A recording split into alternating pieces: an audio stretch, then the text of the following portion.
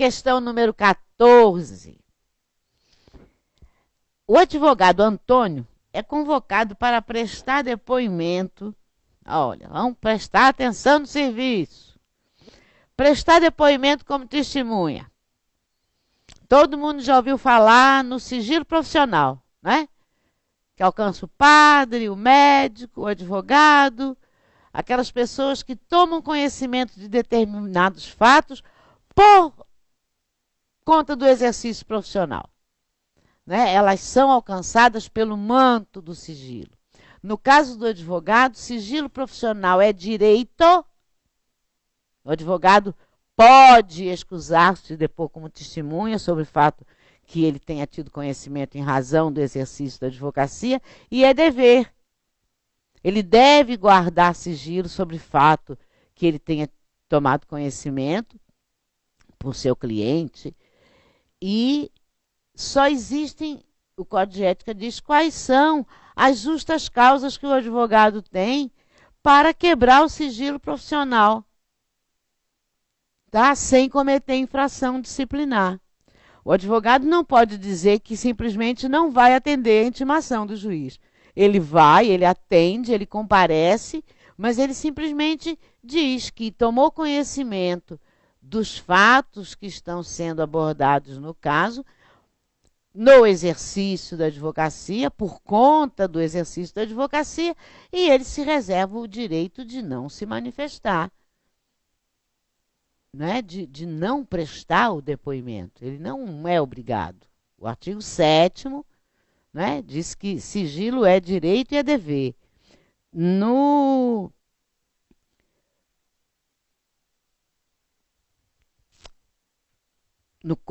Código de Ética e Disciplina, se vocês olharem Vamos para cima. Vamos passar para a gente colocar...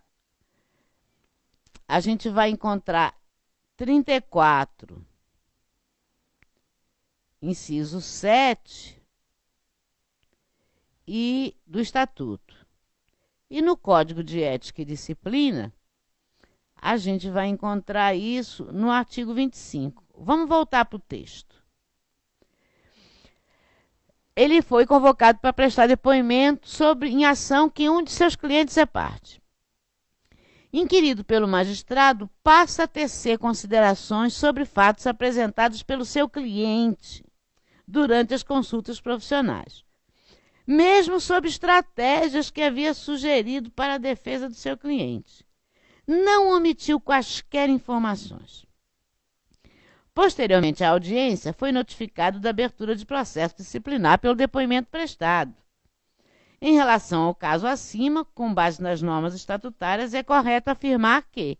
Vamos para as respostas. Eu já coloquei o artigo 34, inciso 7, porque o artigo 34, inciso 7, diz... O 34 diz quais são as infrações disciplinares. E no inciso 7 do 34 está lá, violar sigilo profissional. Aliás, a lei diz violar sem justa causa. Sigilo profissional. Não vi no enunciado da questão nenhuma justa causa para a violação do sigilo profissional. O nobre colega realmente cometeu, tal como está no enunciado, a infração de quebra de sigilo profissional, que está capitulada no 34, inciso 7. O que se entende por justa causa capaz de permitir? O artigo 25 do Código de Ética e Disciplina diz assim. O artigo 25 do Código de Ética diz assim: o sigilo profissional é inerente à profissão, impondo-se o seu respeito, tá certo? Salvo grave ameaça ao direito à vida, à honra, ou quando o advogado se vê afrontado pelo próprio cliente e tenha que, em defesa própria, tenha que revelar segredo. Né? Então, o que é justa causa capaz de elidir a infração ética do 34.7? Que haja justa causa. Grave ameaça do direito à vida ou honra, ou quando o advogado se vê afrontado pelo cliente. Se o advogado se vê afrontado pelo cliente, ele não tem mais que guardar sigilo profissional. Já caiu questões com relação a isso.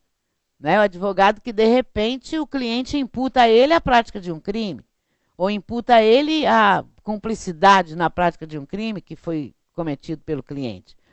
Ele pode quebrar o sigilo profissional sem constituir, sem incorrer em infração disciplinar.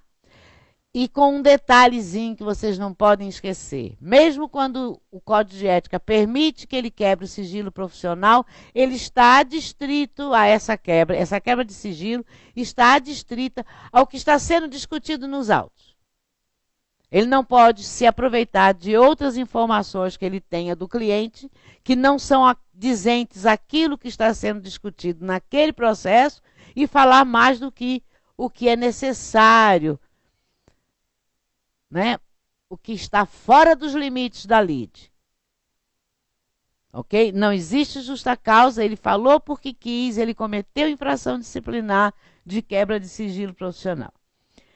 Letra B, inquirido pelo magistrado, o advogado não pode se escusar de depor e prestar informações.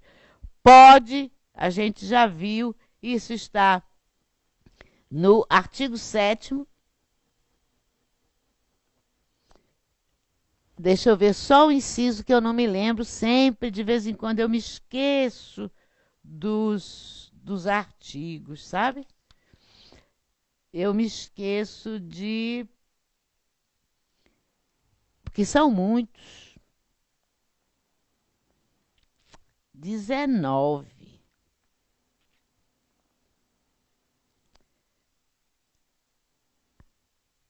Mesmo inquirido pelo magistrado, o advogado pode sim se escusar a depor como testemunha sobre o fato que ele tenha tomado conhecimento em razão do seu exercício profissional.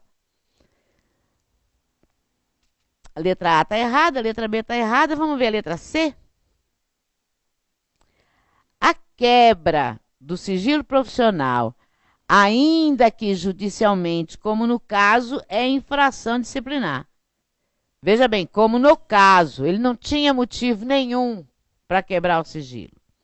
E a gente já viu também que o artigo 25 do Código de Ética e Disciplina diz que o sigilo profissional é inerente à profissão, impondo-se o seu respeito. Ele não é uma faculdade do advogado, não, ele é inerente. Sigilo é direito e é dever, ok?